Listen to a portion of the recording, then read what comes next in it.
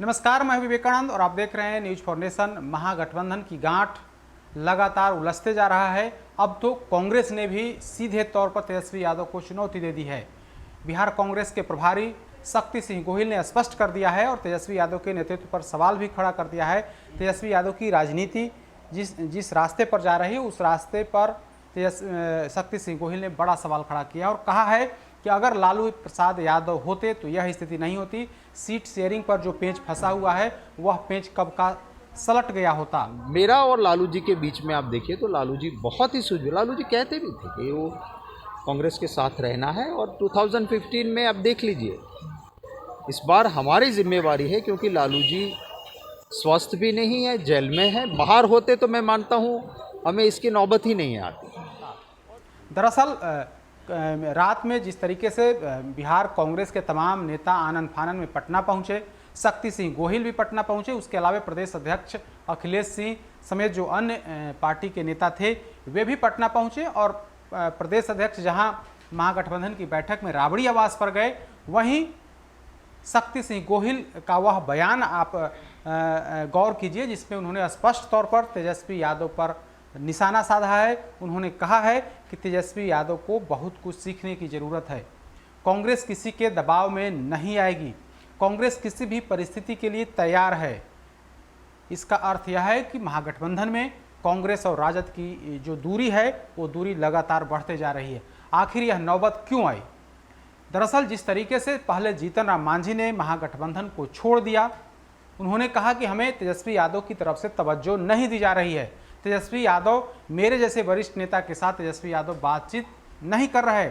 बातचीत तो दूर की बात है, तेजस्वी यादव फ़ोन भी अटेंड नहीं करते, मतलब फ़ोन पर भी बात नहीं करते हैं। ऐसे में महागठबंधन में रहना, तेजस्वी यादव के नेतृत्व में विधानसभा का चुनाव मैदान में उतरना संभव नहीं है।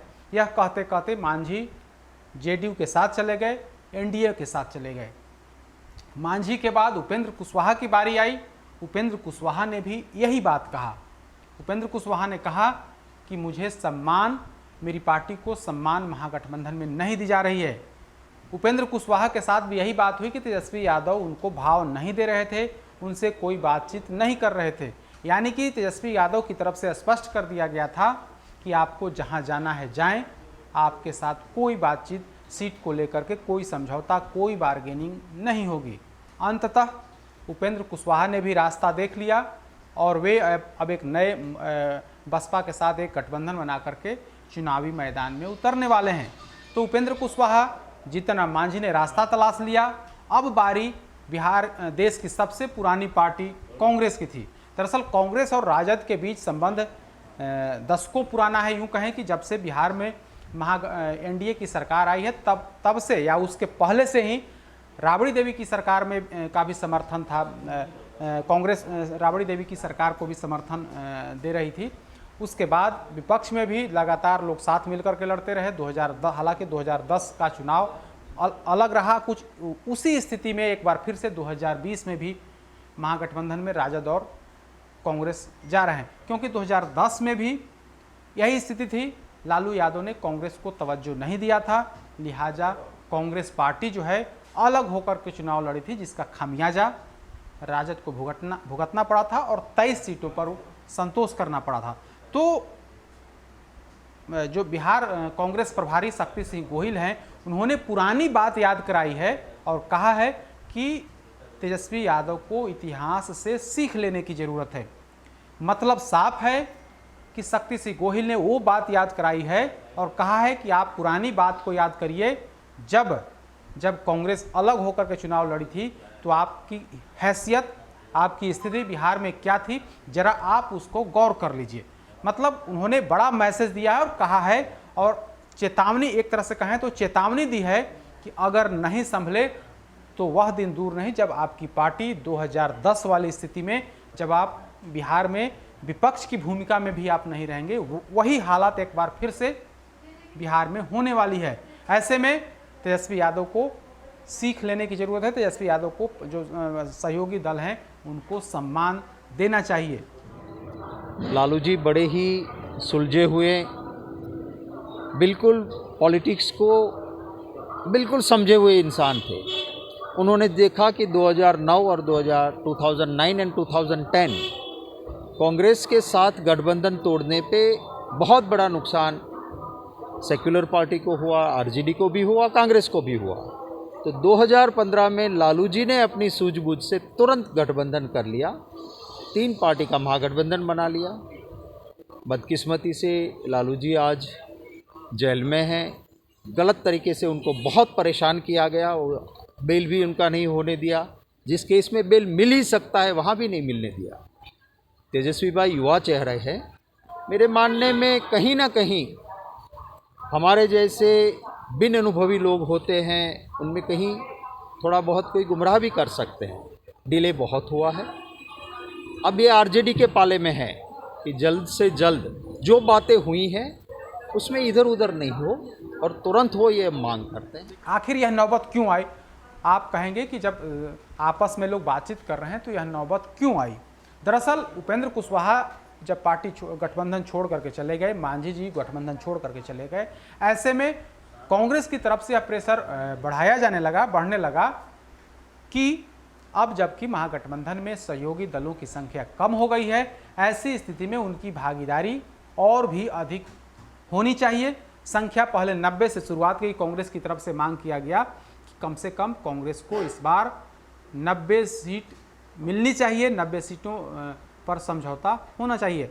बात बढ़ते बढ़ते 80 सीट 70 सीट पर आकर के सिमट गई है। कांग्रेस के नेता अब यह कहने लगे हैं कि उन्हें उनकी पार्टी को इतना से कम सीट मंजूर नहीं है। यानी कि कांग्रेस की तरफ से कहा गया है कि हमें राजद जो है 70 सीट दे। राजद की तरफ से करीब 58 से 60 सीट का प्रस्ताव कांग्रेस को दिया भी गया है, लेकिन उस सीट में मन मुताबिक जो सीट है वो सीट नहीं दी जा रही है। कांग्रेस को इसी बात से परेशानी है। कांग्रेस इसी को लेकर के प्रेशर पॉलिटिक्स कर रही है कि हमें अपने हिसाब से, मेरे मन के मुताबिक आप सीट दें ताकि हम उस पर अपना उम्मीदवार उतार सकें। तो जीत यहीं पर कायम है।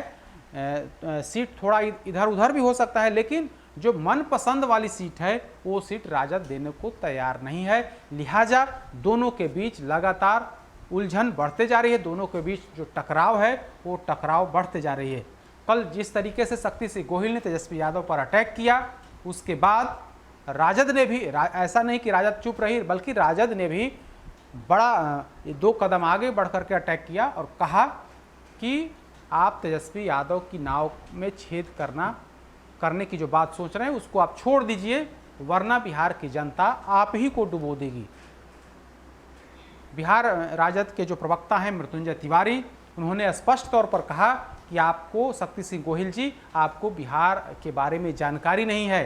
बिहार की 12 करोड़ की जनता तेजस्वी यादव को नेता मान चुकी है और आने वाले विधानसभा चुनाव में तेजस्वी यादव के नेतृत्व में हमारी पार्टी बिहार में बड़ी जीत हासिल करेगी। ऐसे में जो नाव में छेद करने की कोशिश की जा रही है उससे बाज आएं, वरना बिहार की जनता आपको डुबो देगी। मतलब क्लियर है कि राजद ने स्पष्ट कर दिया है कि आप अटैक हम पर करते रहें, मेरे पर सवाल उठाते रहें, लेकिन हम एक कदम पीछे हटने को तैयार नहीं हैं।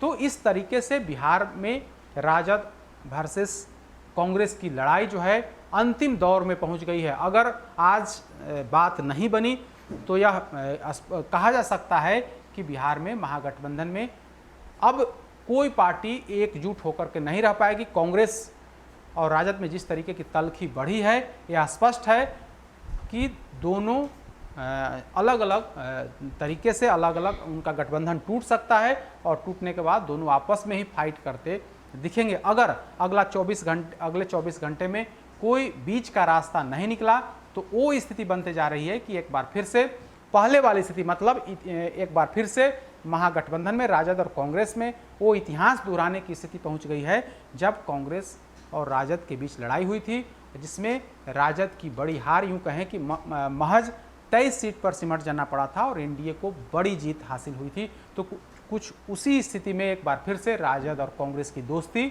कुछ उसी हालात में है। अगर लालू यादव की तरफ से या फिर कांग्रेस के वरिष्ठ नेताओं की तरफ से कोई पहल नहीं की गई तो बिहार में महागठबंधन जो है वो टूट सकता है। अधिक अपडेट्स के लिए देखते रहिए न्यूज़ फॉर नेशन। नमस्कार।